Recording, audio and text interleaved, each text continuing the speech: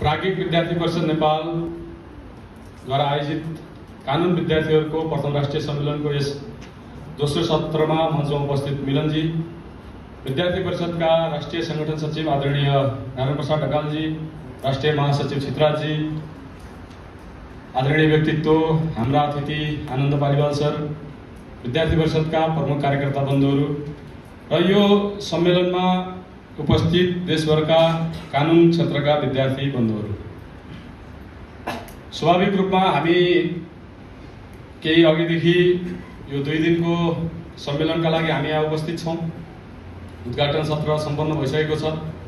उद्घाटन सत्रमा हामीले यो सम्मेलनको उद्देश्य, सम्मेलनको आगामी दिशा, यसको बारेमा चर्चा चिन्तन स्वाभाविक रूपमा गर्यौं र हामी यहाँ सबै प्राज्ञिक विद्यार्थी परिषदको माध्यमबाट जोडिएका छौं।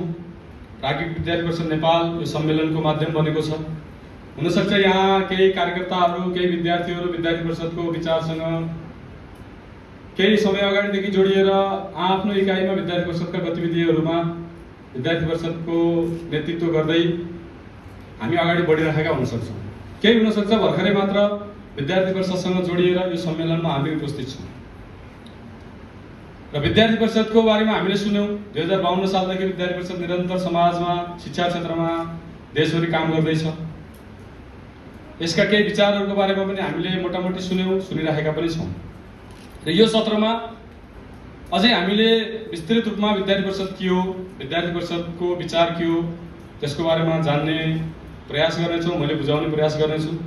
स्वाभाविक रूपमा समाजमा कुनै पनि संगठन खडा हुन्छ भने त्यसको पछाडि एउटा निश्चित उद्देश्य हुन्छ, निश्चित लक्ष्य हुन्छ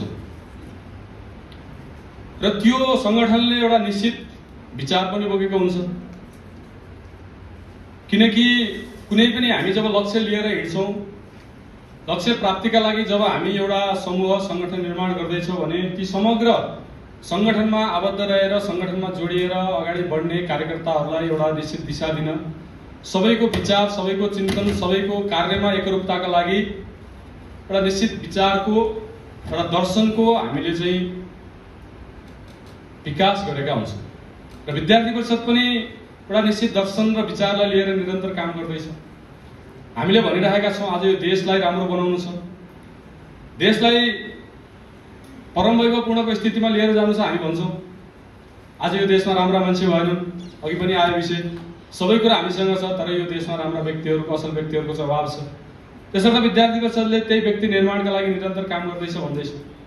त्यसकारणले जब हामी नेपालको समृद्धिको कुरा गर्दैछौं, नेपालको सकारात्मक परिवर्तनको कुरा गर्दैछौं र देशको त्यो पुनर्निर्माणको चिन्तन गर्दैछौं भने त्यसका लागि आधारभूत तत्त्वहरू के हुन् त, त्यसका बारेमा हामीले चाहिँ जान्नु आवश्यक छ। जब हामी नेपालको बारेमा चिन्तन गर्छौं, जब हामी नेपाललाई बुझ्ने प्रयास गर्छौं, नेपाल के हो भनेर चाहिँ जब हामी चिन्ने प्रयास गर्छौं भने नेपाललाई हामीले अनेकौं नामले चाहिँ चिन्दै आइरहेका छौं। हामीले नेपाललाई ज्ञान भूमिको रूपमा चिन्यौं किनकि यो देशमा ज्ञान परम्पराको विकासका लागि अनेकौं साधु सन्तहरूले, अनेकौं ऋषि महर्षिहरूले चाहिँ यहाँ बसेर त्यो ज्ञानको अभ्यास गरे, साधना गरे। हामीले राजर्षि जनकको नाम सुन्छौं, याज्ञवल्क्यको नाम सुन्छौं, गार्गी, मैत्रेयी, विद्यापति, पाणिनि, जसले दुनियाँलाई व्याकरणको चाहिँ सिद्धान्त यही देशमा, यही देशको भूमिमा बसेर चाहिँ व्याकरणको चाहिँ त्यो सिद्धान्तको चाहिँ प्रतिपादन गरेर दुनियाँलाई दिए। यस्ता अनेकौं जब ती विद्वानहरूको, ती विदुषीहरूको जब हामी चर्चा गर्छौं अनि यो देशलाई हामीले ज्ञान भूमिको रूपमा चाहिँ चिन्ने प्रयास गर्छौं र चिनिरहेका छौं। हामी शान्ति भूमि, यो देशलाई शान्ति भूमिको रूपमा हामी चिन्दै आइरहेका छौं किनकि यो देशको भूमिमा गौतम बुद्ध, जसले दुनियाँमा शान्ति, अहिंसा, सत्यता, मानवता जस्ता विचारहरू चिन्तन दिए, दुनियाँलाई शान्तिको चाहिँ मार्गमा अगाडि बढ्नका लागि त्यो प्रेरणा दिए, एउटा चाहिँ बाटो, मार्ग प्रशस्त गरे। त्यसकारणले हामीले यो भूमिलाई शान्ति भूमि भनेर चाहिँ चिनिरहेका छौं। हामी यो भूमिलाई देवभूमि भन्छौं। पशुपतिनाथको कुरा हामी गर्छौं, मुक्तिनाथको कुरा गर्छौं। हामी पूर्वदेखि पाथिभरा मातादेखि लिएर चाहिँ कुरा गर्दै गर्दै गर्दै गयौं भने सुदूर पश्चिममा त्रिपुरा सुन्दरी, शैलेश्वरी, बडीमालिका, अनेकौं त्यस्ता तीर्थस्थलहरू, देवस्थलहरूको चाहिँ हामी चर्चा गर्छौं, चिन्तन गर्छौं, उपासना गर्छौं, साधना गर्छौं। त्यसकारणले यो भूमिलाई हामीले देवभूमिको रूपमा चाहिँ निरन्तर चिन्दै आइरहेका छौं। साथसाथै हामीले यो देशलाई वीर भूमिको रूपमा चाहिँ चिन्दै आयौं। किनकि हाम्रा ती पुर्खाहरूले यो देशको स्वाभिमान, यो देशको सुरक्षा को लागि आफ्नो जीवन समर्पण गरे। दुनियाँमा त्यो वीरताको चाहिँ प्रदर्शन गरे। चाहे पृथ्वीनारायण शाहको चाहिँ कुरा हामीले गरौँ, बलभद्र, अमरसिंह, भीमसेन, भक्ति थापा, पासाङ लामु शेर्पा, यस्ता अनेकौं वीर योद्धाहरूले, वीराङ्गनाहरूले यो देशमा त्यो साधना गरे। यो देशको सुरक्षाका लागि, यो देशको एकीकरणका लागि, यो देशको स्वाभिमानका लागि त्यो इमानदारिताका साथ उनीहरूले चाहिँ आफ्नो जीवन यो राष्ट्रका लागि चाहिँ उत्सर्ग गरे। त्यसकारणले हामीले यो देशलाई वीरहरूको भूमिको रूपमा पनि चिन्डाइरहेका छौँ। त्यसर्थ हामी वीरका गाथाहरू गाउँछौँ, वीरताका गाथाहरू गाउँछौँ। दुनियाँमा आज नेपालको परिचय हिजोका दिनमा वीरहरूको चाहिँ देशको रूपमा, वीर योद्धाहरूको चाहिँ परिचयको रूपमा चाहिँ यो देशको चाहिँ परिचय स्थापित भएको छ। जब हामी चर्चा गर्दै जान्छौँ अध्यात्म भूमिको रूपमा, आध्यात्मिक भूमिको रूपमा यो देशलाई हामी चिन्छौँ।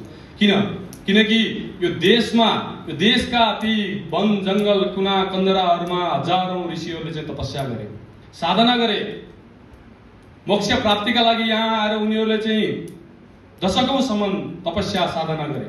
हामी खप्तर बाबाको चाहिँ नाम सुनिरहेका छौँ, स्वर्गदारी महाप्रभुको हामी नाम सुन्छौँ, शिवपुरी बाबाको नाम सुन्छौँ, गलेश्वर बाबाको नाम हामी सुन्छौँ, हामीले स्वामी परमानन्द सरस्वतीजीको हामी नाम सुन्छौँ। यस्ता अनेकौं सन्तहरू, चाहे हामी पर्पनाचार्यको चाहिँ हामी नाम सुनौँ, यलम्बरको, फाल्गुनन्दको, शङ्खधर साख्वाको, यस्ता अनेकौं व्यक्तिहरूले यो भूमिमा बसेर त्यो अध्यात्मको साधना गरे, आध्यात्मिक चिन्तन गरे। त्यसकारणले हामीले यो भूमिलाई त्यो आध्यात्मिक भूमिको रूपमा चाहिँ हामीले चिन्ने गर्छौँ। साथसाथै यो देशको त्यो सुन्दरता, पहाड, हिमाल, तराई, यहाँका प्राकृतिक छटाहरू, यहाँको सुन्दरता, प्राकृतिक स्रोत, साधनहरू, यी सबै कुराहरूले गर्दाखेरि हामीले नेपाललाई त्यो प्राकृतिक सुन्दरताले भरिएको देशको रूपमा हामीले चाहिँ यसलाई चाहिँ चिन्दैछौँ। यसका अनेकौं परिचयहरू छन्। जब हामी अनेकौं आयामबाट यो देशलाई बुझ्ने प्रयास गर्छौँ, यो देशको अध्ययन गर्ने प्रयास गर्छौँ, यो देशलाई जान्ने प्रयास गर्छौँ, अनि हामीमा त्यो एउटा गर्वको भाव आउँछ। हामी स्वयंप्रति चाहिँ गर्वान्वित हुन्छौँ कि म यो देशको एउटा चाहिँ नागरिक भएर जन्मने अवसर प्राप्त गरेँ। यो देशको परिचयको साथमा मैले आफूलाई चाहिँ अगाडि बढाउने त्यस प्रकारको चाहिँ अवसर प्राप्त गरेँ, त्यस प्रकारको गौरवको अनुभूति हामीले चाहिँ आफ्नो चाहिँ जीवनमा हामी गर्न सक्छौँ। साथसाथै जब हामी यो देशको विचारको कुरा गर्छौँ, जब यो देशको चिन्तनको कुरा गर्छौँ, अनि यहाँ अनेकौं प्रकारका ती विचारहरू, अनेकौं प्रकारका ती चिन्तनहरूको बारेमा हामी चर्चा गर्छौँ। किनकि यो राष्ट्रमा स्वाभाविक रूपमा, राष्ट्रमा जब हामी भौगोलिक इकाइको कुरा गर्छौँ, भूगोलको कुरा गर्छौँ, सिमानाको कुरा गर्छौँ, त्यहाँको न्याय व्यवस्था, त्यहाँको कानुन, त्यहाँको चाहिँ सिद्धान्त, त्यहाँ भएका चाहिँ संविधानको कुरा, त्यहाँको जनसङ्ख्या, राज्य प्रणालीका कुराहरू हामी जब गर्छौँ भने त्यो देशको एउटा आत्मा पनि हुन्छ, त्यो राष्ट्रको एउटा आत्मतत्व हुन्छ, जसलाई हामीले चाहिँ चेतना, चित्ती, चैतन्य, अनेकौं नामले हामीले चाहिँ त्यसलाई चाहिँ चिन्ने गर्छौँ, जसको आधारमा कुनै पनि राष्ट्र निरन्तर जीवित रहन्छ, जसको आफ्नै पहिचान रहन्छ, अस्तित्व रहन्छ।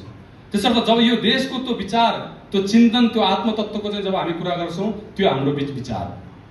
त्यसर्थ हामीले यो देशमा अनेकौं विषयहरूको बारेमा हामी चर्चा गर्छौँ। यो देशले दुनियाँलाई चाहिँ के विचार दियो, यो देशको विचारको बारेमा जब हामी चर्चा गर्छौँ भने यो देशको विचार के हो? हामीले भन्यौँ समग्र दुनियाँलाई हेर्ने हाम्रो दृष्टिकोण के हो? हामीले भन्यौँ वसुधैव कुटुम्बकम, यो हाम्रो चाहिँ दृष्टिकोण हो। विश्वलाई परिवारको रूपमा हेर्ने, विश्व एउटा परिवार हो, विश्वका सम्पूर्ण नागरिकहरू चाहिँ कुटुम्ब हुन्, आफ्ना मान्छे हुन्, हाम्रा मान्छे हुन्, यो हाम्रो चिन्तन हो, यो हाम्रो दृष्टिकोण हो। त्यो दृष्टिकोण र त्यो विचार यो देशको भूमिको विचार। हामीले भन्यौँ हामीले चाहिँ समग्र प्राणीहरूलाई चाहिँ कस्तो दृष्टिकोणले हेर्ने? हामीले भन्यौँ सर्वे भवन्तु सुखिनः सर्वे सन्तु निरामयः, समग्र प्राणीहरूप्रति हेर्ने दृष्टिकोण हाम्रो विचार चिन्तन। अर्थात् सबै सुखी रहनुपर्छ, सबै निरोगी हुनुपर्छ, सबैले आफ्नो आफ्नो अस्तित्वमा बाँच्न पाउनुपर्छ, सबैले सम्मानपूर्वक जीवन यापन गर्न पाउनुपर्छ, उसका आधारभूत आवश्यकताहरूको पूर्तिका लागि चाहिँ उसका लागि त्यो निश्चित व्यवस्था हुनुपर्छ। त्यस प्रकारको चिन्तन, त्यो विचार यो देशको, यो माटोको विचार। त्यसर्थ जब हामी अगाडि बढ्छौँ, शिक्षाको बारेमा हाम्रो दृष्टिकोण के हो? विद्या, जब शिक्षाको हामी कुरा गर्छौँ, हामीले भन्यौँ विद्या ददाति विनय, हामीले चाहिँ विद्याबाट, शिक्षाबाट के को अपेक्षा गरौँ? विनयताको अपेक्षा गरौँ। विनयात याति पात्रता, हामी आज असल व्यक्ति निर्माणको कुरा गर्दैछौँ, चरित्रवान, नैतिकवान, इमानदार व्यक्तिको चाहिँ निर्माणको कुरा गर्दैछौँ भने हाम्रो चाहिँ विचारले, यो देशको चाहिँ विचारले के भन्यो? विद्याले व्यक्तिमा त्यो पात्रता, त्यो असल व्यक्ति निर्माणका लागि चाहिँ विद्याले काम गर्छ। जब पात्रता ठिक हुन्छ, असल व्यक्ति ठिक हुन्छ, पात्रता धनमाप्नोति, त्यो असल पात्रले, असल व्यक्तिले धन प्राप्त गर्छ। त्यसका लागि अलग अलग बाटाहरूले चाहिँ तयार गर्छ। धना धर्मस तत सुखम।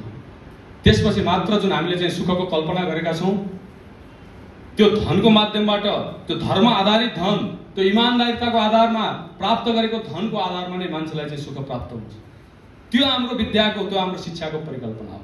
त्यसर्थ शिक्षा मात्र आर्थिक उपार्जनका लागि, धन कमाउनका लागि मात्र शिक्षा होइन। शिक्षा त्यो व्यक्तिको सर्वाङ्गीण विकासका लागि, व्यक्तिमा त्यो संस्कार, व्यक्तिमा त्यो चिन्तन, व्यक्तिमा त्यो जीवन दृष्टिकोणको विकासका लागि चाहिँ शिक्षाको उद्देश्य।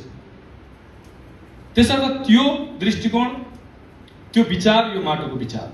त्यसर्थ हिजोका हाम्रा चाहिँ प्राचीन शिक्षा पद्धतिहरू, शिक्षा प्रणालीहरूको बारेमा हेऱ्यौँ भने मात्र सर्टिफिकेटका लागि मात्र नभएर त्यो व्यवहारिक ज्ञानका लागि, जीवन उपयोगी कुराहरूको लागि, समग्रता आफ्नो बारेमा सोच्दै गर्दाखेरि त्यो वसुधैव कुटुम्बकमको चिन्तन लिएर काम गर्न सक्ने, सर्वे भवन्तु सुखिनको चिन्तनका साथ समाजमा काम गर्न सक्ने, त्यस प्रकारको व्यक्ति निर्माणका लागि चाहिँ शिक्षाले चाहिँ काम गर्यो। यो हाम्रो दृष्टिकोण, हाम्रो विचार, हाम्रो समाजको दृष्टिकोण। प्रकृतिलाई हेर्ने हाम्रो दृष्टिकोण के हो? हामीले भन्यो माता भूमि पुत्रम पृथ्वी, यो हाम्रो दृष्टिकोण। अर्थात् यो पृथ्वी, यो प्रकृति भनेको हाम्रो माता हुन्, आमा हुन्, हामी यसका सन्तति हौँ। त्यसर्थ मेरो यो भूमिप्रति, यो जमिन, जङ्गल, वायु, समग्र पञ्चतत्त्वहरूप्रति मेरो चाहिँ त्यो दृष्टिकोण छ, मेरो भूमिका छ। यसको सुरक्षा, यसको संरक्षण, यसको सम्वर्धनका लागि चाहिँ मेरो चाहिँ जिम्मेवारी छ। त्यस प्रकारको चिन्तन। आज दुनियाँमा ग्लोबल वार्मिङको समस्या छ, क्लाइमेट चेन्जको चाहिँ हामी चिन्तन गर्दैछौँ। दुनियाँमा पर्यावरण रक्षाका लागि चाहिँ अनेकौं प्रकारका चाहिँ सेमिनार र सम्मेलन हुँदैछन्, तर हामीले हजारौं वर्ष अगाडिदेखि चाहिँ जङ्गल संरक्षणका लागि, जलका स्रोतहरूको संरक्षणका लागि, समग्र प्रकृतिमा भएका ती तत्त्वहरूको संरक्षणका लागि निरन्तर त्यो विचार र त्यो चिन्तन, त्यो दृष्टिकोण दिने प्रयास गर्यो। यो हाम्रो दृष्टिकोण र विचार। महिलाहरूप्रति हेर्ने दृष्टिकोण हाम्रो के हो? हामीले भन्यौँ यत्र नार्यस्तु पूज्यन्ते रमन्ते तत्र देवता। जहाँ नारीहरूको पूजा हुन्छ त्यहाँ मात्र देवताहरू रमाउन सक्छन्। त्यसकारण नारीहरूको पूजा गर, सम्मान गर, सम्मानपूर्वक चाहिँ समाजमा उनीहरूलाई चाहिँ अगाडि बढ्ने त्यस प्रकारको चाहिँ वातावरण निर्माण गर। यो हाम्रो दृष्टिकोण। मातृवत परदारेषु, सम्पूर्ण स्त्रीहरूलाई आमा समानको व्यवहार गर, दिदीबहिनीको चाहिँ व्यवहार गर, त्यस प्रकारको चाहिँ वातावरण समाजमा निर्माण गर। यो हाम्रो महिलाहरूप्रति हेर्ने दृष्टिकोण। त्यसर्थ हामीले चाहिँ महिलाहरूलाई चाहिँ पूजा गर्न सिकायौँ, चाहे त्यो सरस्वतीको रूपमा, लक्ष्मीको रूपमा, दुर्गाको रूपमा, शक्ति, विद्या, धन, सबै कुराहरूको बारेमा चाहिँ त्यस प्रकारको अपेक्षा गर्दै महिलाहरूलाई सबैभन्दा माथि उच्च स्थानमा राखेर उनीहरूको चाहिँ सम्मानका लागि चाहिँ काम गर्ने, यो हाम्रो दृष्टिकोण, यो हाम्रो विचार हो। जब हामी अर्काको धनको बारेमा हामी सोच्दैछौँ भने प्रदर्वेश लोष्टवत, अर्काको धन भनेको माटो समान हो, त्यसकारणले अर्काको धनप्रति तिमी कुनै पनि अपेक्षा नरह। आज दुनियाँमा भ्रष्टाचार बढ्दैछ समाजमा। अर्काको धन, अर्काको सम्पन्नता, वैभवता, यी सबै कुरालाई हेरेर चाहिँ उसमा चाहिँ त्यो अपेक्षा बढ्दैछ। तर हाम्रो दृष्टिकोणले, हाम्रो विचारले के भन्यो? अर्काको धन भनेको त्यो माटो समान हो, त्यसर्थ अर्काको धनप्रति, अर्काको धनबाट कुनै पनि त्यस प्रकारको चाहिँ अपेक्षा तिमी नगर। यो हाम्रो जीवन दृष्टिकोण। हामीले भन्यौँ तेन त्यक्तेन भुञ्जिता मा गृहीत कस्य धनम। तिमीलाई जति आवश्यक छ जीवनमा त्यति मात्र तिमी आर्जन गर, त्यति मात्र तिमी उपभोग गर, र त्यसबाट बचेको कुरा अर्काको चाहिँ उपकारका लागि, अर्काका लागि चाहिँ तिमी सदुपयोग गर, अर्काका लागि चाहिँ तिमी चाहिँ उपलब्ध गर। यो हाम्रो दृष्टिकोण। त्यसकारणले गर्दाखेरि जब हामी यस्ता अनेकौं प्रकारका विचारको बारेमा हामी चिन्तन गर्छौँ, हाम्रो पुण्य र धर्मलाई हेर्ने हाम्रो विचार दृष्टिकोण के हो? आज हामी धर्मका कुरा गर्छौँ, पुण्यका कुरा गर्छौँ। हाम्रो विचारले, यो समाजको, यो राष्ट्रको विचारले के भन्यो? परोपकार पुण्याय। पुण्यका लागि परोपकार गर, अर्काको सेवा गर, अर्काको हितका लागि काम गर, त्यसैमा तिम्रो पुण्य छ, त्यसैमा तिम्रो भलाइ छ, कल्याण छ। यो हाम्रो जीवन दृष्टि हो, यो हाम्रो विचार। सेवा है परमो धर्म। हामीले धर्मलाई के भन्यौँ? सेवा गर, त्यसैमा धर्म छ। धर्मप्रति हेर्ने दृष्टिकोण हाम्रो यो, पुण्यप्रति हेर्ने हाम्रो दृष्टिकोण यो, मानवप्रति हेर्ने दृष्टिकोण के हो? अमृतस्य पुत्र। हामी सबै के हौँ? हामी ईश्वरका सन्तति हौँ। यो हाम्रो दृष्टिकोण हो, यो हाम्रो विचार। अर्थात् यो देशका ती हाम्रा ऋषि महर्षिहरूले, यो देशका ती महापुरुषहरूले हिजोका दिनमा यो राष्ट्र निर्माणका लागि जुन प्रकारको विचार लिएर काम गरेका थिए, यो देशको त्यो संस्कृति, यो देशको त्यो भाषा, यहाँको जीवन पद्धति, यहाँका ती समग्र मूल्य र मान्यताहरूको आधारमा यो देश निरन्तर अगाडि बढिरहेको थियो। त्यसर्थ हामीले यो देशलाई त्यो देवभूमि भन्यौँ, अध्यात्म भूमि भन्यौँ, ज्ञान भूमि भन्यौँ, समग्र ऋषिहरूको, समग्र ती विद्वानहरूको चाहिँ भूमिको रूपमा चाहिँ हामीले यसलाई चाहिँ चिनौँ। यो भूमि योगको भूमि हो, यो भूमि आयुर्वेदको भूमि हो, त्यसर्थ यो देशको परिचयको बारेमा जब हामी चिन्तन गर्छौँ भने यस्ता अनेकौं उदाहरणहरू हामी दिन सक्छौँ। अनेकौं विचारहरू यो देशबाट जन्मिए र दुनियाँलाई यी विचारहरू दिनका लागि निरन्तर हिजोका दिनमा प्रयासहरू भए र यसैको आधारमा हाम्रो समाज व्यवस्था, अघि हामी कानुनको कुरा गर्दै थियौँ, चाहे मनुको हामीले चाहिँ न्याय व्यवस्थाको कुरा गरौँ, चाहे कौटिल्यको न्याय व्यवस्थाको कुरा गरौँ, त्यतिखेर हामीले चाहिँ न्यायाधीशलाई के भन्थ्यौँ? धर्मासन, धर्माध्यक्ष, अघि पनि कुरो आयो। त्यसर्थ त्यो प्राचीन ज्ञान परम्परा, प्राचीन न्याय परम्परा, प्राचीन समाज व्यवस्था, यो हाम्रो देशको त्यो आत्मतत्व, यो देशको त्यो प्राण तत्व जसले यो देशलाई, यो राष्ट्रलाई जीवन्त राखिरहेको छ, जीवित राखिरहेको छ। तर यो विचारहरू बीचको कालखण्डमा जब जब आधुनिकता, जब जब भौतिकता, जब जब बाह्य विचारहरूको चाहिँ प्रवेश, बाह्य विचारहरूको चाहिँ अभ्यास यो देशमा, यो भूमिमा हुन थाल्यो, त्यस पछाडि यी विचारहरू कमजोर बन्दै गए। यी विचारहरू हाम्रा चाहिँ पाठ्यक्रमहरूबाट, हाम्रा शिक्षा नीतिहरूबाट, हाम्रा व्यावहारिक जीवनहरूबाट यी विचारहरू चाहिँ हराउँदै गए अनि यहाँ निरन्तर बिस्तारै समस्याहरू आउन थाले। यहाँ अनेकौं प्रकारका विचारहरूले चाहिँ काम गरे। हामीले यो देशको माटोको विचारको बारेमा संक्षिप्त त चर्चा गर्यौं। पृथ्वीनारायण शाहको विचार जसले समग्र राष्ट्रलाई एकतत्वमा बाँध्ने प्रयास गरे, गौतम बुद्धको विचार जसले यो दुनियाँलाई मानवताको चाहिँ त्यो सन्देश दिने प्रयास गरे, यो देशका ती अनेकौं विभूतिहरू, महापुरुषहरूको विचार जसले समग्र मानवता, समग्र कल्याण, समग्र सबैको हितको बारेमा चाहिँ चिन्तन गरे। चिन्तन मात्र गरेनन्, त्यसको आधारमा आफ्नो जीवन परम्परा, आफ्नो चाहिँ जीवन पद्धतिको चाहिँ विकास गरे र त्यही दिशामा समाज व्यवस्थालाई चाहिँ निरन्तर अगाडि लिएर गए। हामीले सुन्ने गर्छौं गोर्खाको त्यो न्याय व्यवस्था, अनेकौं यस्ता उदाहरणहरू हामीले चाहिँ तपाईको चाहिँ यो देशमा यहाँ चाहिँ त्यो प्रकारको चाहिँ अभ्यास गर्यौं। तर यो देशमा केही विचारहरू बाहिरबाट आए। आज जुन विचार यो देशलाई अनेकौं तरिकाले चाहिँ यो देशमा अभ्यास भइरहेको छ, हामीले सुन्ने गर्छौं। कानुनका विद्यार्थीहरू छौं, यसमा म धेरै डिपली जान चाहन्न, हामीले अध्ययन गर्नु आवश्यक छ। यदि हाम्रो विचार, यदि यो देशका महापुरुषहरूले जुन विचार लिए, यहाँका चाहिँ तिनी सन्त महन्तहरूले चाहिँ जुन विचार लिए भने आज दुनियाँमा चाहिँ यो देशमा आएर चाहिँ यो विचारलाई चाहिँ कमजोर बनाउने प्रयास कसले गरे? हामीले सुन्ने गर्छौं कम्युनिजम, आज हामीले चाहिँ सुन्ने गर्छौं क्यापिटलिजम, सोशलिजम। आज तपाईको चाहिँ हामीले चाहिँ नेपालमा अनेकौं राजनीतिक पार्टीहरू देखिरहेका छौं जसले पुँजीवादको नाममा, समाजवादको नाममा, कम्युनिजमको नाममा यो देशमा राजनीतिक अभ्यासहरू गरे। स्वतन्त्रताको नाममा, आधुनिकताको नाममा, भौतिक विकासको नाममा उनीहरूले मात्र अर्थलाई, धनलाई, सत्तालाई र सत्ताको अधिकारलाई केन्द्रबिन्दुमा राखेर उनीहरूले काम गरे। कसैले भने सत्ता र चाहिँ सत्ताको अधिकार सीमित व्यक्तिमा हुनुपर्छ भने, समग्र नागरिकहरू चाहिँ कसैले भने सत्ताको नियन्त्रणमा हुनुपर्छ भने, कसैले भने व्यक्तिको नियन्त्रणमा हुनुपर्छ भने, अर्थात् उनीहरूले मात्र उनीहरूको विचारले अर्थतन्त्रलाई, मात्र उनीहरूले त्यो राजनीतिक व्यवस्था, राज्य व्यवस्थालाई चाहिँ उनीहरूले चाहिँ प्रतिनिधित्व गरे। उनीहरूले त्यो मानवलाई, त्यो समाज व्यवस्थालाई, मानव व्यवस्थालाई, मानवको जीवनका ती अनेकौं तमाम पक्षहरूलाई चाहिँ उनीहरूले कहिले पनि सम्बोधन गर्न सकेन। त्यसकारणले दुनियाँमा पुँजीवादको नाममा चाहिँ खडा भएका राष्ट्रहरूको आज हामीले हेर्यौं भने उनीहरूको देशमा भौतिक सम्पन्नता त हामीले देख्छौं, तर त्यहाँको त्यो मानव व्यवस्था, मानव सभ्यता सबैभन्दा आज बढी समस्या त्यहाँ देख्छौं। अमेरिकाको उदाहरण हामीले लियौं भने सबैभन्दा बढी मानिसमा तपाईको चाहिँ डिप्रेसनको चाहिँ रेट आज अमेरिकाका नागरिकमा छ। सबैभन्दा बढी सुसाइडको केस हामीले हेर्यौं भने अझ सबैभन्दा बढी अमेरिकामा हामी सुसाइडको केसहरू भेट्दैछौँ। भनेको त्यहाँको समाज व्यवस्था, त्यहाँको जीवन व्यवस्थालाई हामी अध्ययन गर्न सक्छौँ। आज कम्युनिस्टहरू जसले वर्ग सङ्घर्षको नाममा दुनियाँमा चाहिँ सङ्घर्ष खडा गरे, हिंसाको माध्यमबाट, हत्याको माध्यमबाट अर्कालाई चाहिँ अर्काको हत्या गरेर सङ्घर्ष गरेर दुनियाँमा परिवर्तन आउन सक्छ, साम्यवाद आउन सक्छ, एकरूपता आउन सक्छ। त्यस प्रकारको चिन्तन कार्ल मार्क्सले जब चिन्तन गरे, दुनियाँमा रसिया जस्ता चाहिँ तपाईको चाहिँ देश खडा गरे, चाइनामा अभ्यास भए, अनेकौं देशमा चाहिँ अभ्यास भए, तर आज ती देशहरूको चाहिँ अवस्था हामीले हेर्न सक्छौँ। नेपालमा पनि केही त्यस प्रकारका चाहिँ विचारहरूले विगत केही समयदेखि काम गर्दैछ। हजारौं मान्छेहरू चाहिँ मारिए, शोषक र शोषितको नाममा, धनी र गरिबका नाममा, वर्ग सङ्घर्ष, हत्याको माध्यमबाट, बन्दुकको नालबाट चाहिँ परिवर्तन हुन्छ भन्ने विचारहरूले यो देशमा पनि अभ्यास गरे। तर आज हामी कुन अवस्थामा छौँ हामीले चाहिँ अध्ययन गर्न सक्छौँ। त्यो सबै प्रकारका अभ्यासहरू हामीले गर्यौँ। 2007 सालबाट प्रजातन्त्रको चाहिँ अभ्यास भयो, प्रजातान्त्रिक शक्तिहरूले अभ्यास गरे, वर्ग सङ्घर्षको माध्यमबाट चाहिँ सकारात्मक परिवर्तन आउँछ भन्ने विचारहरूले पनि यहाँ अभ्यास गरे, हामीले हेर्न सक्छौँ। आज हामी कुन अवस्थामा छौँ?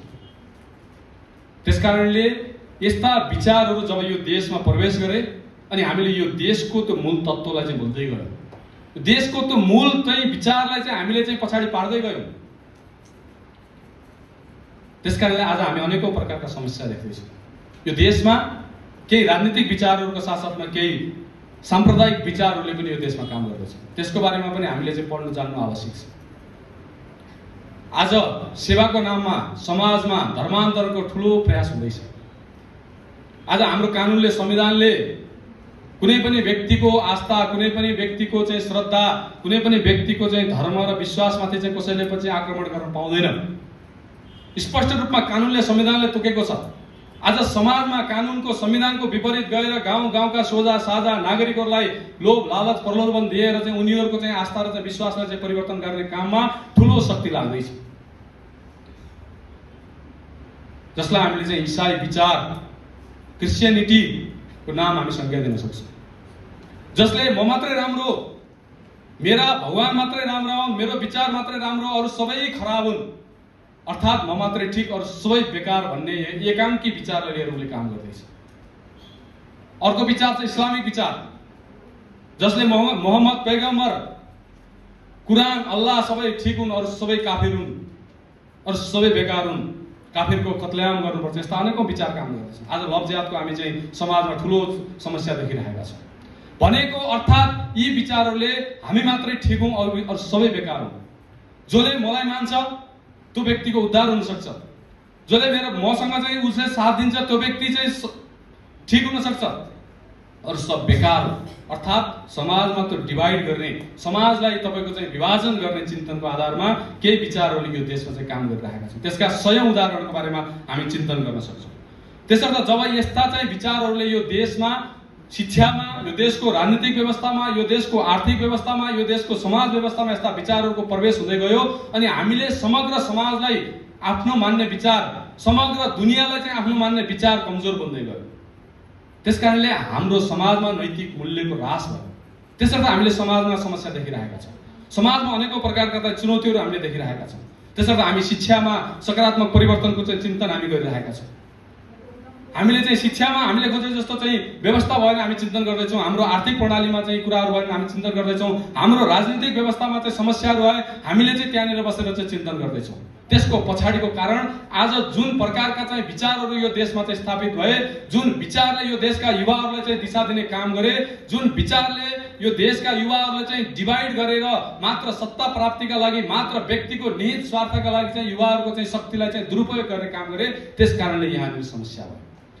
जुन विचारहरूले यो देशका महापुरुषहरूले गाली गर्न सिकाए, जुन विचारले यो देशका पृथ्वीनारायण शाहका र यो देश बनाउने ती राष्ट्र निर्माताहरूलाई चाहिँ शैतान भन्न सिकाए, यो उनीहरूलाई चाहिँ राष्ट्रघाती भन्न सिकाए र ती हजारौं शालिगहरू चाहिँ तोड्न सिकाए, त्यस कारणले यो देशमा अनेकौं प्रकारका चाहिँ समस्याहरू हो। जसले यो देशका पृथ्वीनारायण शाहलाई, गौतम बुद्धलाई आफ्नो आदर्श मान्न छोडेर 7 समुद्र पारीका कार्ल मार्क्स, लेनिन, माओ, स्टालिन उनीहरूलाई चाहिँ आदर्श व्यक्ति मानेर चाहिँ यो देशमा राजनीति गर्नका लागि चाहिँ युवाहरूलाई प्रेरित गर्न थाले। त्यस पछाडि यो देशमा चाहिँ अनेकौं प्रकारका चाहिँ समस्याहरूको प्रारम्भ त्यहाँबाट भयो। त्यसर्थ आज हामी यो देशको समस्या भोगिरहेका छौँ। देशमा हामीले चाहिँ त्यो सङ्कटको अवस्था देखिरहेका छौँ। किनकि यो देशको तमाम नागरिकले यो देशको विचारलाई आफ्नो विचार हामीले मान्ने प्रयास गरेनौँ। हामीलाई त्यस प्रकारको वातावरण दिएन। गौतम बुद्धले दिएको त्यो विचार, पृथ्वीनारायण शाहले दिएको त्यो विचार, यो देशका अनेकौं ती राष्ट्र विभूतिहरूले दिएको विचारलाई हामीले आफ्नो विचार मानेर, उनीहरूलाई चाहिँ आदर्श मानेर उनीहरूको चाहिँ पथमा अगाडि बढ्ने त्यस प्रकारको चिन्तन हामीले चाहिँ कसैले पनि दिएन। त्यसर्थ हामी उनीहरूलाई गाली गर्न थाल्यौँ। त्यसर्थ हामीले 7 समुद्र पारीका विचारलाई आफ्नो चाहिँ विचार मान्न थाल्यौँ, 7 समुद्र पारीका महापुरुषहरूलाई चाहिँ आफ्नो आदर्श मान्न थाल्यौँ। त्यसर्थ यहाँनिर आजको समस्या हो। त्यस कारणले विद्यार्थी परिषदले भन्यो, यदि यो देशलाई सही दिशामा लिएर जानु छ भने हामीले यही विचारलाई चाहिँ आफ्नो वैचारिक अधिष्ठान मानेर, यही विचारलाई आफ्नो चाहिँ कार्यको चाहिँ आधार मानेर चाहिँ हामीले काम गर्नु आवश्यक छ। त्यसर्थ यो विचारलाई हामीले चाहिँ आफ्नो चाहिँ कार्यको आधार मान्यौँ। आज हामी सबैलाई जीवनमा सुख प्राप्तिका लागि हामी काम गर्दैछौँ, हामी पढ्दैछौँ, अध्ययन गर्दैछौँ, हामी चाहिँ जीवनमा केही बन्ने सङ्कल्प गर्दैछौँ। बनिसके पछाडि धनो अर्थ उपार्जनको माध्यमबाट चाहिँ सुखको प्राप्तिको हामी कल्पना गरिरहेका छौँ। तर त्यो सुखको परिकल्पना के हो? केलाई सुख मान्ने हामीले? मात्र शारीरिक सुखलाई सुख मान्ने, मात्र त्यो मनको शान्ति, मनले चाहिँ अपेक्षा गरेको कुराहरूको चाहिँ पूर्तिका लागि सुख मान्ने, अथवा चाहिँ त्यो बौद्धिक सम्पन्नताका लागि चाहिँ सुख मान्ने, अथवा त्यहाँबाट माथि उठेर त्यो आत्मिक आनन्द जुन आत्मसन्तुष्टि हामी भन्छौँ, त्यस प्रकारको आत्मसन्तुष्टिको माध्यमबाट प्राप्त हुने सुखलाई चाहिँ सुख मान्ने। त्यसर्थ हाम्रो विचारले त्यो आत्मिक सन्तुष्टि र आत्मिक सुखलाई चाहिँ अन्तिम सुख हामीले मान्यौँ। त्यसर्थ त्यो सुख केबाट प्राप्त हुन्छ? जब हामी सर्वजना हिताय सर्वजना सुखाय अर्थात् सम्पूर्ण नागरिकको हितको बारेमा हामी सोच्छौँ, सम्पूर्ण नागरिकहरूको चाहिँ सुखको बारेमा हामी सोच्छौँ, त्यहाँनिर चाहिँ बल्ल चाहिँ त्यो आत्माको आनन्द, आत्मिक आनन्द चाहिँ हामीले चाहिँ प्राप्त हुन्छ। त्यसर्थ त्यस प्रकारको चिन्तनको आधारमा हामीले यो समाजमा काम गर्नु आवश्यक छ। त्यसर्थ विद्यार्थी परिषदले यो देशको यही विचारलाई लिएर चाहिँ आफ्नो कार्यलाई अगाडि बढायो। त्यसर्थ हामीले के भन्यौँ? राष्ट्रको पुनर्निर्माण हामीले चाहिँ हाम्रो लक्ष्य तय गर्यौँ। परम वैभवपूर्ण राष्ट्र निर्माण हामीले भन्यौँ। परम वैभव भनेको सम्पूर्ण कुराहरूले चाहिँ सम्पन्न राष्ट्र, मात्र आर्थिक सम्पन्नता, ठुला ठुला बिल्डिङ, जीडीपी तपाईँको चाहिँ ग्रोथ रेट बढी, त्यसको आधारमा मात्र राष्ट्रको चाहिँ सम्पन्नता र चाहिँ तपाईँको चाहिँ विकास मापन हुन सक्दैन। त्यो देशको हरेक नागरिकको त्यो चेतनाको स्तर, हरेक नागरिकको समाज राष्ट्रप्रतिको जिम्मेवारीको बोध, हरेक नागरिकको चाहिँ जीवनको चाहिँ ती अनेकौं आयामहरूका चाहिँ बारेमा चाहिँ जब हामी चिन्तन गर्छौँ, जब त्यो आत्माको चाहिँ आनन्दको चाहिँ परिकल्पना गर्छौँ, त्यहाँबाट मात्र तपाईँको चाहिँ एउटा चाहिँ सुखको त्यो परम वैभवपूर्ण राष्ट्रको परिकल्पना गर्न सक्छौँ। त्यसर्थ चाहिँ यो देशको सर्वाङ्गीण विकास, यो देशका हरेक नागरिकहरूको चाहिँ त्यो आफ्नो अस्तित्वको साथमा उनीहरूले चाहिँ जीवनयापन गर्न पाउने जुन परिस्थिति निर्माण हुन्छ, तब मात्र त्यो परम वैभवपूर्ण स्थिति हुन सक्छ। त्यसर्थ चाहिँ हामीले के भन्यौँ? परम वैभवपूर्ण राष्ट्रको चाहिँ प्राज्ञिकको चाहिँ लक्ष्य। त्यसर्थ हामीले राष्ट्रको पुनर्निर्माण भन्यौँ। अर्थात् आज अनेकौं क्षेत्रमा समस्या देख्दैछौँ। त्यसर्थ ती समग्र समस्याहरूको समाधानको माध्यमबाट एउटा आदर्श राष्ट्र निर्माण गर्ने विद्यार्थी परिषदको लक्ष्य। जब हामी राष्ट्रको पुनर्निर्माणको सङ्कल्प गर्दैछौँ भने त्यसको आधार के? मात्र भाषणले राष्ट्र पुनर्निर्माण हुनेवाला त छैन। मात्र तपाईँको चाहिँ एउटा क्षणिक आन्दोलनले मात्र राष्ट्र पुनर्निर्माण हुनेवाला त छैन। त्यसर्थ विद्यार्थी परिषदले भन्यो यो देशको त्यही सनातन विचार जुन अघि हामीले भन्यौँ, यो देशको त्यो माटोको विचार, यो देशको आत्मतत्व, त्यो प्राण तत्वको चाहिँ आधारमा यो देशलाई चाहिएको त्यो असल व्यक्ति निर्माण। जब समग्र समाजलाई, समग्र राष्ट्रलाई चाहिँ आफ्नो तपाईँको चाहिँ जिम्मेवारी मानेर काम गर्ने त्यस प्रकारको एउटा जिम्मेवार नागरिक समाजमा तयार हुन्छ, तब मात्र त्यो राष्ट्र पुनर्निर्माणको चाहिँ परिकल्पना अथवा चाहिँ राष्ट्र पुनर्निर्माणको चाहिँ प्रक्रिया अगाडि बढ्छ। त्यसर्थ हामीले के भन्यौँ? असल, चरित्रवान, नैतिकवान, इमानदार व्यक्तिहरूको निर्माणको माध्यमबाट मात्रै यो राष्ट्रको पुनर्निर्माण सम्भव छ। त्यसर्थ जब असल व्यक्तिको, हामी चरित्रवान व्यक्तिको हामी कुरा गर्दैछौँ, नैतिकवान व्यक्तिको कुरा गर्दैछौँ भने त्यो व्यक्तिलाई असल, चरित्रवान र नैतिकवान बनाउनका लागि चाहिँ विचार कहाँबाट ल्याउने हो? यही हाम्रो जीवन पद्धतिबाट ती कुराहरूको चाहिँ अभ्यास हामीले गर्ने। यिनै हाम्रा विभूतिहरूले, यिनै महापुरुषहरूले जुन प्रकारको अभ्यास हिजोका दिनमा गरे, त्यही कुरालाई लिएर चाहिँ आजको चाहिँ यो समयमा हामीले त्यसको अभ्यास गर्दै आउनेवाला दिनमा यो समाजले, राष्ट्रले जुन प्रकारको चाहिँ व्यक्तिको अपेक्षा गरेको छ, त्यस्तो प्रकारको चाहिँ व्यक्ति निर्माणका लागि चाहिँ निरन्तर चाहिँ समाजका अलग अलग क्षेत्रमा काम गर्ने यो विद्यार्थी परिषदको चाहिँ कार्य हो। त्यसर्थ हामीले भन्यौँ व्यक्ति निर्माण राष्ट्र पुनर्निर्माणको चाहिँ हाम्रो माध्यम हो। त्यसर्थ व्यक्ति निर्माण हामीले भन्दैछौँ, व्यक्ति निर्माणका लागि चाहिँ हामीले कहाँ अभ्यास गर्ने? स्वाभाविक रूपमा आजको यो देशको शिक्षा क्षेत्रमा हामीले चाहिँ काम गर्नु आवश्यक छ। किनकि यो देशलाई चाहिने त्यो जनशक्ति निर्माण गर्ने थलो भनेको चाहिँ शिक्षा क्षेत्र हो।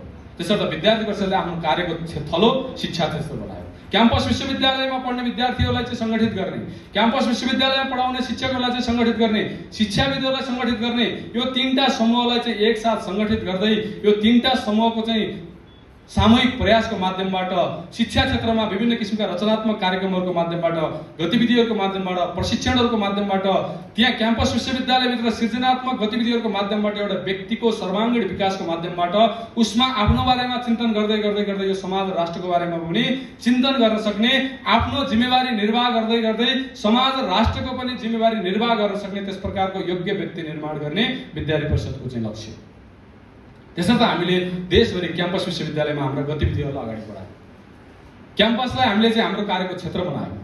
त्यसर्थ आज यदि शिक्षा क्षेत्रलाई चाहिँ हामीले चाहिँ ठिक गर्दै शिक्षा क्षेत्रको माध्यमबाट उसलाई चाहिँ हातमा सर्टिफिकेटको साथसाथमा व्यवहारमा अनेकौं प्रकारका ती स्किलहरू दिँदै, ती जीवन जिउने कलाहरू सिकाउँदै उसको व्यक्तित्व र उसको नेतृत्व क्षमताको चाहिँ निखारताको साथमा यो देशलाई केन्द्रबिन्दुमा राखेर काम गर्न सक्ने त्यस्तो आदर्श व्यक्ति निर्माणका लागि विद्यार्थी परिषदले निरन्तर कार्य गर्दै गयो।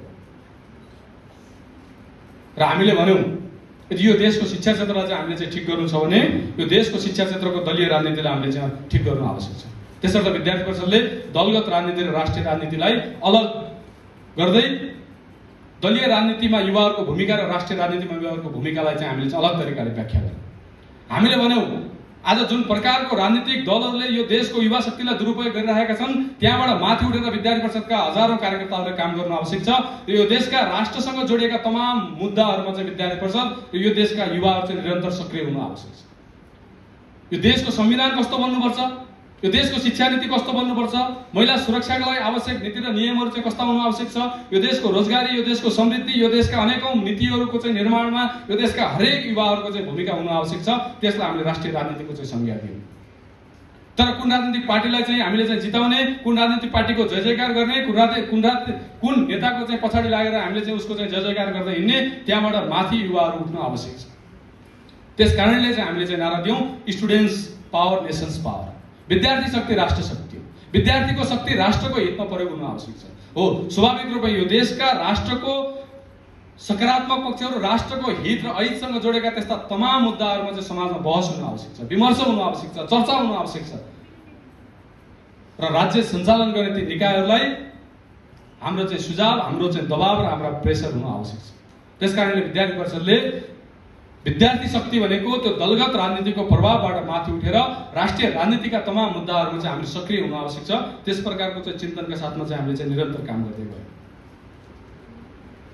त्यसर्थ जब हामी समाजमा निरन्तर काम गर्दै जाँदाखेरि जुन प्रकारको चाहिँ परिस्थिति देख्दैछौँ, शिक्षा क्षेत्रमा समस्या देख्दैछौँ, अनेकौं क्षेत्रमा समस्या देख्दैछौँ, जब +2 मा जोडिएर आफ्नो उच्च शिक्षाको प्राप्तिको साथसाथमा जब हामी समाजका अनेकौं आयामहरूको बारेमा चिन्तन गर्दा यो देशको इतिहास, यो देशको भूगोल, यो देशको राजनीति, आर्थिक, सामाजिक तमाम विषयहरूको बारेमा हामी चिन्तन गर्दै चर्चा गर्दै जब समग्र राष्ट्रको बारेमा एउटा सकारात्मक दृष्टिकोण बोकेर हामी समाजका अनेकौं जीवनका समाज जीवनमा चाहिँ गएर हामी काम गर्छौं, नेतृत्व लिने हामी प्रयास गर्छौं र त्यहाँ बसेर जब हामी यो देशलाई पहिलो प्राथमिकतामा राखेर काम गर्ने हामी संकल्प गर्छौं तब मात्र यो देशमा सकारात्मक परिवर्तनको प्रक्रिया सुरु हुन्छ।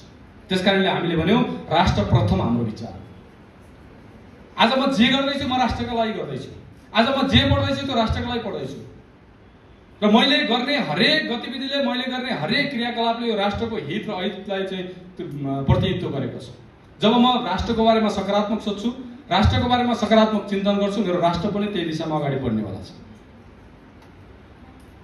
जब मैले गर्ने हरेक गतिविधिलाई मैले राष्ट्रको हित र ऐतसँग जोडेर चाहिँ कार्य गर्ने प्रयास गर्छु, त्यसैको आधारमा यो देशको वर्तमान र भविष्य सुनिश्चित हुनेवाला छ। त्यसर्थ म जे गर्दैछु र यो राष्ट्रका लागि गर्दैछु। त्यसर्थ राष्ट्र प्रथम यो भाव, यो हाम्रो विचार। त्यसकारणले हामीले भन्यौं इदम राष्ट्राय इदम न मम। यो राष्ट्रका लागि हो, यो मेरो जीवन, मेरो संकल्प, मेरो चाहिँ लक्ष्य, मेरो चाहिँ सम्पूर्ण गतिविधि, मेरो यो जीवनको उद्देश्य भनेको राष्ट्रको लागि हो।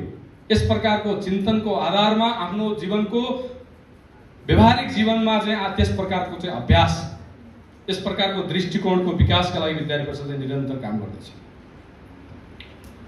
त्यसकारणले आज समाजमा हामी देख्दैछौँ हामी भ्रष्टाचार बढ्यो, त्यस प्रकारको चिन्तन गर्दैछौँ, तर त्यो भ्रष्टाचार बढ्नुमा चाहिँ को जिम्मेवार? आज समाजमा कानुन व्यवस्था, न्याय व्यवस्था ठीक भएन, त्यसका लागि हामी चिन्तन गर्दैछौँ, त्यसका लागि को जिम्मेवार? महिला सुरक्षाको बारेमा हामी चिन्तित छौँ, आज पर्यावरण प्रदूषणको बारेमा हामी चिन्तित छौँ।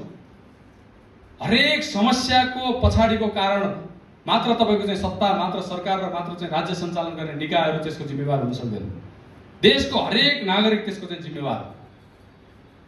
त्यसकारणले यदि हामी हरेक नागरिक चाहिँ आफ्नो कर्तव्यप्रति जिम्मेवार बन्न सिक्छौं, हामीले अधिकारको साथसाथमा कर्तव्यको पालनाका लागि जब हामी निरन्तर चाहिँ आफ्नो जीवनमा त्यस प्रकारको चाहिँ अभ्यास गर्न थाल्छौं, तब मात्र समाजमा सामाजिक व्यवस्था ठिक हुन सक्छ। हामी समाजमा आज चाहिँ ट्राफिक नियम कसका डरले पालना गर्छौं?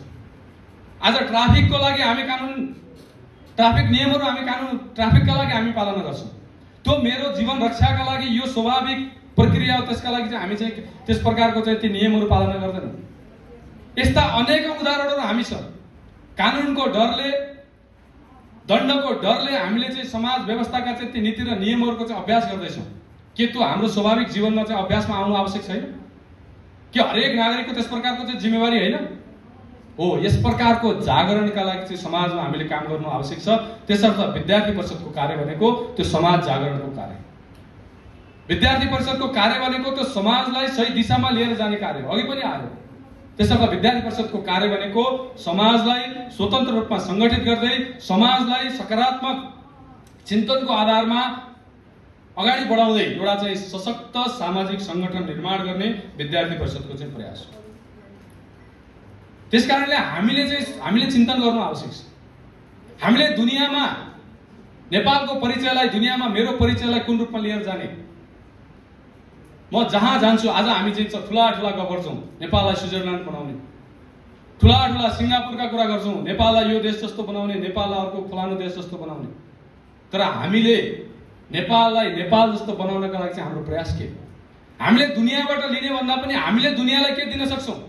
त्यसकारणले यो देशको हरेक युवाले दुनियाँमा जाँदाखेरि त्यो नेपाललाई लिएर जानु आवश्यक छ, नेपाल बोकेर जानु आवश्यक छ। नेपालको त्यो पहिचान, नेपालको त्यो इतिहास, नेपालको त्यो संस्कृति, नेपालको त्यो सभ्यता, तमाम कुराहरूलाई चाहिँ दुनियाँमा लिएर जानु आवश्यक छ। त्यो भूमिका यो देशको चाहिँ हरेक नागरिकको भूमिका हो। त्यसकारणले अरूबाट चाहिँ लिने भन्दा पनि हामीले चाहिँ अरूलाई के दिन सक्छौँ?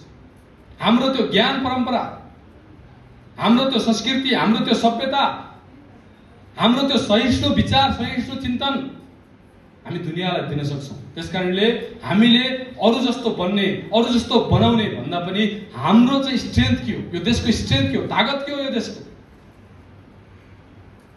त्यसकारणले त्यो देशको यो शक्तिको आधारमा यो देशको पुनर्निर्माण कसरी हुन सक्छ यसको बारेमा चाहिँ चिन्तन गर्नु आवश्यक छ। त्यसैले यो देशको वर्तमान र भविष्यको साक्षी तपाईँ हामी हो। यो देशको वर्तमान र भविष्यको चाहिँ जिम्मेवार पनि तपाईँ हामी नै हो। त्यसकारणले हाम्रो वर्तमानका हरेक गतिविधि, वर्तमानको हरेक सोच, वर्तमानको हरेक चिन्तनको आधारमा यो देशको भविष्य निर्धारण हुनेवाला छ। त्यसकारणले यो देशका हरेक नागरिकमा सकारात्मक सोचको विकास हुनु आवश्यक छ। हरेक नागरिकमा त्यो राष्ट्रिय जिम्मेवारीको चिन्तनको चाहिँ विकास हुनु आवश्यक छ। सबैले राष्ट्रलाई प्राथमिकतामा राखेर काम गर्ने त्यस प्रकारको चिन्तनमा चाहिँ निरन्तर काम गर्नुपर्ने आवश्यकता छ।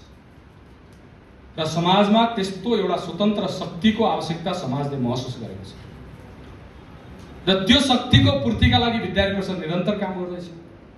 27 वर्षदेखि निरन्तर कुनै पनि राजनीतिक दलको झण्डा नबोकिकन, कसैको सहयोग बिना, कसैको आड भरोसाको बिना विद्यार्थी परिषद एउटा चाहिँ जिरो लेभलबाट सुरु भएर देशको 77 जिल्लामा आफ्नो चाहिँ सङ्गठन विस्तारका लागि चाहिँ सक्षम भएको छ।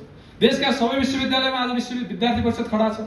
देशका सयौं क्याम्पसहरूमा आज विद्यार्थी परिषद खडा छ र आज समग्र समाजलाई विद्यार्थी परिषदप्रति विश्वास छ। हामी सुन्दैछौँ मञ्चमा आएर चाहिँ व्यक्तिहरूले चाहिँ बोल्दै हुनुहुन्छ। आज यो देशका चाहे त्यो राजनीति गर्ने व्यक्ति हुन्, चाहे यो देशको प्रशासन चलाउने व्यक्ति हुन्, चाहे यो देशको सुरक्षा निकायको चाहिँ नेतृत्व गर्ने व्यक्ति हुन्, चाहे यो देशको शिक्षा क्षेत्रमा बसेर काम गर्ने व्यक्ति हुन्, हरेक व्यक्तिलाई चाहिँ सकारात्मक परिवर्तन चाहिएको छ। हरेक व्यक्तिलाई सकारात्मक तपाईँको चाहिँ एउटा नेतृत्वको चाहिँ अपेक्षा समाजमा छ र त्यो अपेक्षा र त्यो सकारात्मक परिवर्तनको भूमिकामा विद्यार्थी परिषद समाजमा खडा भएको छ। त्यसकारणले हामी सम्पूर्ण विद्यार्थीहरू चाहिँ गर्व गर्नु आवश्यक छ। यो समयमा विद्यार्थी परिषदको कार्यकर्ताको रूपमा, विद्यार्थी परिषदको अङ्गको रूपमा, विद्यार्थी परिषदको यो निरन्तरको राष्ट्र पुनर्निर्माणको यात्रामा यात्रीको रूपमा म चाहिँ सहभागी भएर चाहिँ अगाडि बढ्ने चाहिँ त्यो शुभ अवसर प्राप्त गरेको छु। यो राष्ट्रको लागि मैले चाहिँ मेरो जीवनको केही समय यो राष्ट्रको सकारात्मक परिवर्तनका लागि मेरो पनि त्यस प्रकारको चाहिँ सकारात्मक योगदान मैले दिने चाहिँ त्यो अवसर मलाई प्राप्त भएको छ। त्यसप्रति सम्पूर्ण कार्यकर्ताहरूले गर्व गर्नु आवश्यक छ र हामीले गर्वका साथ यो समाजमा सकारात्मक बहस खडा गर्नु आवश्यक छ। समाजमा जुन प्रकारको नकारात्मकता छ, समाजमा जुन प्रकारको चिन्ता छ, त्योबाट माथि उठेर हामीले निरन्तर प्रयास गर्दै जाँदाखेरि यो देशको बारेमा सकारात्मक बहस, यो देशका समस्याहरूको बारेमा चाहिँ समाधानको बारेमा चाहिँ चिन्तन गर्दै जाँदाखेरि आउनेवाला समयमा तपाईँ हाम्रो यो पिँढीले, तपाईँ हाम्रो यस प्रकारको चाहिँ नेतृत्वले अथवा चाहिँ तपाईँ हामी समाजका विभिन्न क्षेत्रमा गएर काम गर्दै गर्दाखेरि र त्यहाँ बसेर हामीले चाहिँ निर्वाह गर्ने भूमिकाको आधारमा यो देशको चाहिँ भविष्य तय हुनेवाला छ। त्यसर्थ विद्यार्थी परिषदको यात्रा यो लामो यात्रा हो। विद्यार्थी परिषदको कार्य भनेको यो निरन्तर, अघि जसरी चाहिँ हाम्रो नारायणजीले बताउनु भयो, निरन्तर शालिग्राम जसरी कालीगण्डकी निरन्तर प्रवाहमान छिन्, त्यसरी नै विद्यार्थी परिषदको कार्य पनि निरन्तर आफ्नो लक्ष्यमा प्रवाहित छ। त्यो व्यक्ति निर्माणको यात्रामा निरन्तर प्रवाहित छ। व्यक्तिमा त्यो संस्कार र त्यो चरित्रको निर्माणको यात्रामा निरन्तर प्रवाहित छ। र आज समाजका विभिन्न क्षेत्रमा हामीले चाहिँ काम गर्नु आवश्यक छ। त्यसकारणले हामीले चाहिँ अघि पनि विषय आयो, आज विद्यार्थी परिषदले क्याम्पस विश्वविद्यालयमा अलग अलग चाहिँ फ्याकल्टीका विद्यार्थीहरूलाई चाहिँ मात्र लक्षित गरेर काम नगरिकन अनेकौं समाज जीवनका लागि आवश्यक पर्ने ती अनेकौं व्यक्तिहरू अनेकौं तपाईको चाहिँ आयाममा काम गर्नु आवश्यक छ। त्यसकारणले हामीले इन्जिनियरिङ क्षेत्रमा विद्यार्थी परिषदले निरन्तर गतिविधिको माध्यमबाट असल र चरित्रवान इन्जिनियर निर्माणका लागि काम गर्दैछ। आज डाक्टरमा अथवा चाहिँ मेडिकल कर्मचारीहरूमा हुनुपर्ने त्यो इथिक्स, त्यो मानवीय संवेदना, त्यो सामाजिक राष्ट्रिय चिन्तनको चाहिँ जुन अभाव, मात्र व्यावसायिकताको चाहिँ कुराहरू हामीले देखिरहेका छौँ, त्यहाँनिर चरित्रको चाहिँ अभाव हामीले देखिरहेका छौँ। त्यसलाई ठिक गर्नका लागि निरन्तर विद्यार्थी परिषद देशका मेडिकल कलेजहरूमा मेडिकल क्षेत्रमा निरन्तर गतिविधि सञ्चालन गर्दै यो देशले अपेक्षा गरेको त असल र इमानदार चिकित्सक, इमानदार स्वास्थ्यकर्मीहरू निर्माणका लागि विद्यार्थी परिषद निरन्तर काम गर्दैछ। चाहे यो देशको कृषि क्षेत्रको कुरा होस्, कृषि शिक्षालाई चाहिँ ठिक गर्दै कृषि क्षेत्रबाट चाहिँ उत्पादित व्यक्तिहरू यो देशलाई चाहिँ आधार मानेर चाहिँ कसरी काम गर्न सक्छन्। मिडिया क्षेत्रमा देखिएका चाहिँ समस्याहरूको चाहिँ समाधानका लागि चाहिँ मिडिया पढ्दै गरेका, जर्नलिजम पढ्दै गरेका विद्यार्थीहरूको चाहिँ विशेष गतिविधिको माध्यमबाट विद्यार्थी काम गर्दैछ। र यो देशको जुन जनजाति समुदाय छ, यो देशको जुन जनजाति समुदायको आफ्नो भाषा, आफ्नो संस्कृति, आफ्नो अस्तित्व र आफ्नो जुन पहिचान छ, यो पहिचान मेटाउनका लागि जुन प्रकारका षड्यन्त्रहरू यो समाजमा हुँदैछन्, जातीय पहिचानका नाममा उनीहरूको भाषामाथि आक्रमण गरिँदैछ, उनीहरूको संस्कृतिमाथि सभ्यतामाथि आक्रमण गरिँदैछ। र त्यसलाई ठिक गर्नका लागि र यो देशको हरेक जातिको भाषा, यो देशको हरेक जातिको संस्कृति, यो देशको हरेक जातिको चाहिँ त्यो सभ्यता र पहिचानको संरक्षणका लागि चाहिँ निरन्तर काम गर्नुपर्छ। विद्यार्थी परिषदले त्यसर्थ चाहिँ नेपालको जनजाति क्षेत्रमा पढ्ने विद्यार्थीहरू, जनजाति क्षेत्रमा चाहिँ जनजाति क्षेत्रबाट चाहिँ प्रतिनिधित्व गर्ने विद्यार्थीहरूमा त्यो नेतृत्व निर्माणका लागि चाहिँ निरन्तर विद्यार्थी परिषदले त्यस क्षेत्रमा काम गर्दैछ, गतिविधि गर्दैछ।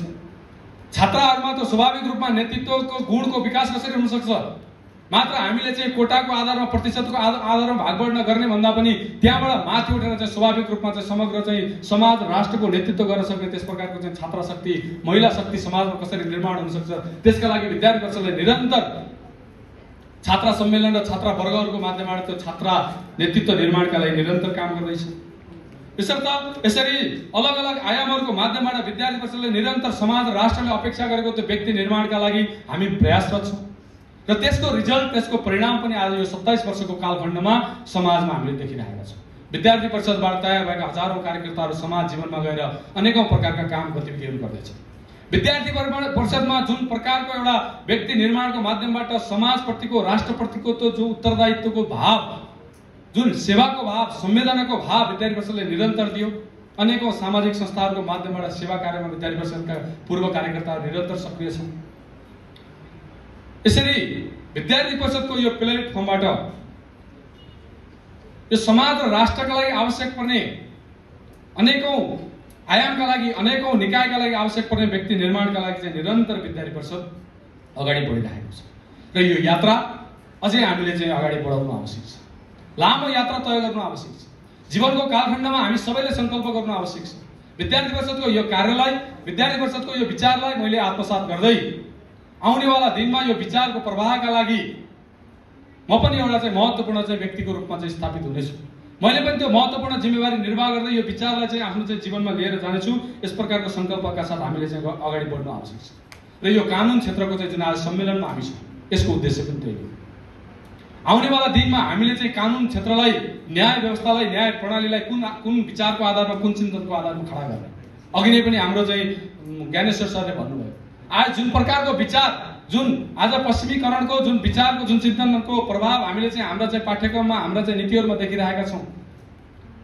त्यसकारणले यहाँको न्याय व्यवस्था, यहाँको शिक्षा व्यवस्था, यहाँको आर्थिक विकासका कुराहरू, यहाँको समाज व्यवस्था, राजनीतिक व्यवस्था, हरेक कुराहरूको चाहिँ केन्द्रबिन्दु यो देश बन्नु आवश्यक छ।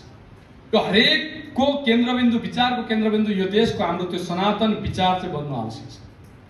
यो देशका महापुरुषहरूको विचार, यो देशका यी अनेकौं नीतिहरूको चाहिँ केन्द्रबिन्दु बन्नु आवश्यक छ। त्यसर्थ विद्यार्थी परिषदले भन्यो, यो देशको माटो सुहाउँदो शिक्षाको कुरा विद्यार्थी परिषदले गर्यो। पर्यावरण युक्त, पर्यावरण मैत्री विकासका कुराहरू, पर्यावरण मैत्री विकासको मोडलका कुराहरू विद्यार्थी परिषदले निरन्तर गर्यो। यसरी आज विद्यार्थी परिषदले समाजमा, नीति निर्माणमा, पटक पटक सरकारलाई, सरकारका चाहिँ अलग अलग अङ्गलाई, निकायहरूलाई सुझाव दिँदै नीतिगत परिवर्तनका लागि विद्यार्थी परिषद निरन्तर काम गर्दैछ। र समाजमा जागरणका लागि अनेकौं आन्दोलनहरू, अनेकौं अभियानहरूको माध्यमबाट सकारात्मक परिवर्तनका लागि विद्यार्थी परिषद काम गर्दैछ। त्यसर्थ विद्यार्थी परिषदले के भन्यो? विद्यार्थी शक्ति भनेको राष्ट्र शक्ति हो। त्यसर्थ हामीले यो शक्तिलाई राष्ट्रको हितमा प्रयोग गर्नु आवश्यक छ। त्यसर्थ हामीले भन्यौ स्टुडेन्ट युथ फर नेसन, युवा भनेको राष्ट्रका लागि हो। त्यसर्थ हामीले के भन्यौ? विद्यार्थी राष्ट्रका लागि विद्यार्थी परिषद, सेवा कार्यका लागि विद्यार्थी परिषद हामीले भन्यौ। र निरन्तर सेवा कार्यमा आज विद्यार्थी परिषदका हजारौं सयौं कार्यकर्ताहरू निरन्तर कार्यरत छन्। चाहे त्यो भूकम्पको बेला होस्, चाहे त्यो कोरोनाको बेला होस्, चाहे मधेसमा आएको बाढीको चाहिँ समस्या होस्, पहाडमा आएका चाहिँ पहिरोका चाहिँ समस्याहरू हुन्, त्यो समयमा विद्यार्थी परिषदले युवाहरूमा त्यो सेवाको भाव जागृत गरेर निरन्तर चाहिँ काममा चाहिँ अगाडि बढ्यो। महिला सुरक्षा र सम्मानका लागि विद्यार्थी परिषद हामीले भन्यौँ। त्यसर्थ मिसन साहसी जस्ता अभियानहरूको माध्यमबाट महिलाहरूको आत्मसुरक्षा र आत्मस्वाभिमानका लागि विद्यार्थी परिषद निरन्तर काम गर्दैछ। भाषा, संस्कृति, सभ्यता र पहिचानको रक्षाका लागि युवा विद्यार्थी परिषद हामीले भन्यौँ। त्यसर्थ हामीले भन्यौँ अलग भाषा अलग देश फेरि पनि हाम्रो देश, यो नाराको साथमा समग्र देशको त्यो अलग भाषा, अलग संस्कृति र अलग पहिचानको चाहिँ संरक्षणका लागि निरन्तर हामी चाहिँ अगाडि बढिरहेछौँ। सामाजिक सद्भाव र सौहार्दताका लागि विद्यार्थी परिषद हामीले भन्यौँ। त्यसकारणले जब मधेसमा आन्दोलन भयो, हिमाल पहाड तराई हामी सबै दाजुभाइ यस प्रकारको नारा दिएर, मेचीदेखि काली हामी सारा नेपाली यस प्रकारका नारा दिएर चाहिँ समग्र समाजलाई त्यो एकताको सूत्रमा, त्यो बन्धुत्वको सूत्रमा चाहिँ बाँध्नका लागि निरन्तर चाहिँ विद्यार्थी परिषदले चाहिँ काम गर्दै गयो। र अन्तिममा यी तमाम विचार, तमाम चिन्तन र तमाम गतिविधिहरूको माध्यमबाट विद्यार्थी परिषदले लक्ष्य तय गर्यो, नेपाल आमाको जय। हामीले पटक पटक नारा लगाउँछौँ, नेपाल आमाको जय। यो नेपाल आमाको जय मात्र नारा होइन, यो एउटा भाव हो, एउटा विचार हो, एउटा संकल्प हो। यो हरेक नागरिकको जिम्मेवारी हो। त्यसर्थ त्यो नेपाल आमाको जयका लागि मेरो विचार, मेरो चाहिँ कर्तव्य र मेरो चाहिँ जिम्मेवारी के हो, त्यस प्रकारको भावको जागृतिका लागि विद्यार्थी परिषदले निरन्तर काम गर्दै अगाडि बढिरहेको छ। निरन्तर त्यो नेपाल आमाको जयका लागि संकल्पबद्ध भएर समाजका, राष्ट्रका सम्पूर्ण जिल्लाहरूमा, सम्पूर्ण क्षेत्रमा गएर आफ्ना गतिविधिहरू, रचनात्मक, सामाजिक, सेवामूलक, शैक्षिक अनेकौं गतिविधिको माध्यमबाट हामी निरन्तर अगाडि बढेका छौँ। र हामीले आउनेवाला दिनमा यो देशको, यो माटोको विचार, यो सनातन विचार, यो देशका ती अघि भनेका चाहिँ विचारका चाहिँ केन्द्रबिन्दुलाई आत्मसात गर्दै यो देशको पुनर्निर्माणका लागि, यो देशको सकारात्मक परिवर्तनका लागि एउटा सशक्त शक्ति, एउटा सामूहिक शक्ति, एउटा चाहिँ सामाजिक शक्ति निर्माणको दिशामा हामी सम्पूर्ण चाहिँ संकल्पबद्ध भएर अगाडि बढ्नु आवश्यक छ। त्यसर्थ हामीले भन्यौँ ज्ञान, शील र एकता यो हाम्रो चाहिँ मूल मन्त्र हो। यो समग्र देशको बारेमा ज्ञानको हामीले चिन्तन गर्यौँ, त्यसको साथसाथमा व्यक्तिगत चरित्र र त्यो राष्ट्रिय चरित्रको चाहिँ चिन्तनको चाहिँ कुरा गर्दै अन्तिममा समग्र युवालाई, समाजलाई एकताको सूत्रमा बाँधेर सकारात्मक परिवर्तनका लागि, सहीलाई सही र गलतलाई गलत भन्न सक्ने त्यस प्रकारको चाहिँ शक्ति निर्माणका लागि विद्यार्थी परिषद निरन्तर काम गर्दैछ।